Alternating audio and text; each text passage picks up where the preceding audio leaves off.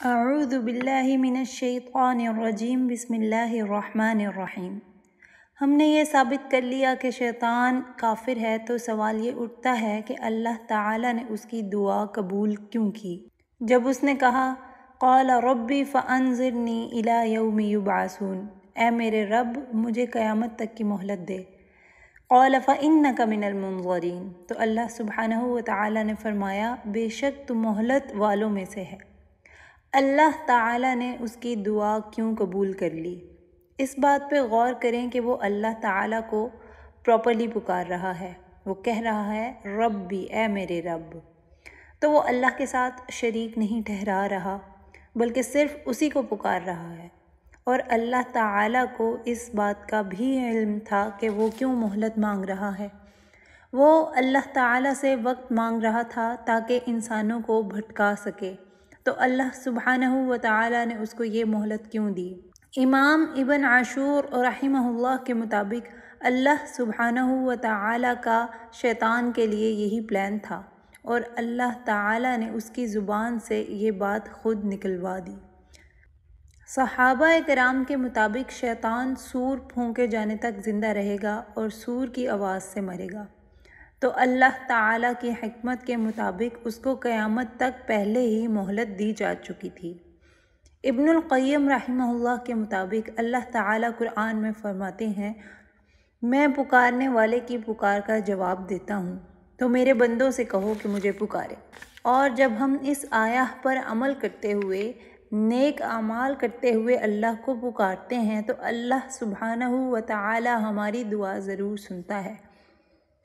اور یہ بات یاد رکھ کہ جب شیطان نے اللہ سبحانہ وتعالیٰ کو پکارا تو اس کے پاس ہزاروں سالوں کی عبادت تھی، تو چاہے اس کی عبادت کی وجہ سے اس کی دعا قبول ہوئی ہو یا اللہ سبحانہ وتعالیٰ کا پلان ہی یہی تھا، ہر صورت میں بہرحال شیطان کو قیامت تک مہلت مل گئی ہے۔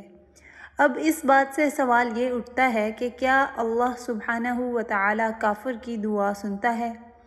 امام ابن تیمیہ رحمہ اللہ کے مطابق اللہ سبحانہ وتعالیٰ ہر ایمان والے اور کافر کی دعا سنتا ہے اگر وہ صرف اللہ سبحانہ وتعالیٰ سے مانگے۔ اور اس بات کے ثبوت کے لیے وہ قرآن کی یہ آیہ کوٹ کرتے ہیں کہ وہ کون ہے جو اس کی دعا سنتا ہے جو ضرورت مند ہو۔ ابن تیمیہ کے مطابق اس آیہ میں اللہ نے محض مسلمانوں کو مخصوص نہیں کیا۔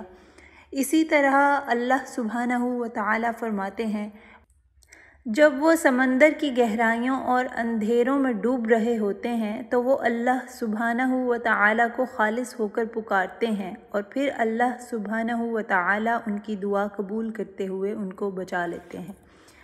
اسی طرح نبی صلی اللہ علیہ وسلم نے فرمایا اتقی دعوت المظلوم، مظلوم کی دعا سے بچو، فإنها ليس بينها وبين الله حجاب، تو اس کے اور اللہ سبحانہ وتعالیٰ کے درمیان کوئی حجاب نہیں۔ یہ کتنا پاورفل ہے کہ مظلوم کی دعا اور اللہ تعالیٰ کے درمیان کوئی حجاب نہیں۔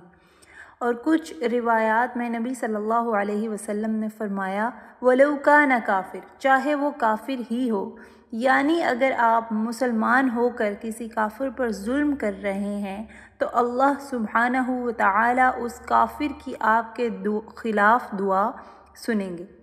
اسی طرح ہم دیکھتے ہیں کہ وہ نان مسلم جو ہدایت کی تلاش میں ہوتے ہیں، وہ خالص ہو کر گاڈ کو پکارتے ہیں تو اللہ سبحانہ وتعالیٰ ان کی دعا قبول کرتا ہے۔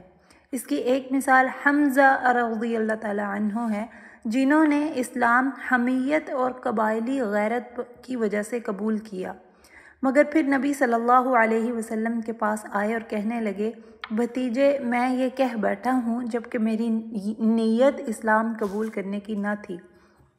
تو نبی صلی اللہ علیہ وسلم نے فرمایا اللہ سبحانہ وتعالیٰ سے ہدایت مانگیں، تو اللہ سبحانہ وتعالیٰ نے حمزہ رضی اللہ تعالیٰ عنہ کے دل میں اسلام کی سچی محبت ڈال دی۔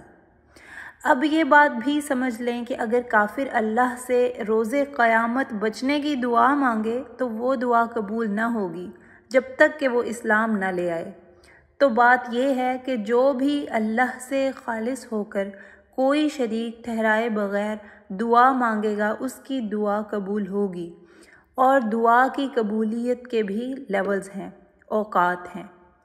بہرحال جب شیطان نے اللہ سے دعا مانگی تو اس کو پتہ تھا کہ اس کی دعا قبول ہوگی، کیونکہ قیامت کے دن شیطان لوگوں سے کہے گا ان اللہ وعدکم وعد الحق، اللہ نے تم سے وعدہ کیا اور وہ وعدہ سچا تھا، ووعدتکم فاخلفتکم، اور جب میں نے تم سے وعدہ کیا تو میں نے اپنے وعدہ کے خلاف کیا۔ تو شیطان جب اللہ سبحانہ و تعالیٰ کی نافرمانی کر رہا تھا تب بھی اسے پتہ تھا کہ اللہ سبحانہ و تعالیٰ کا وعدہ سچا ہے۔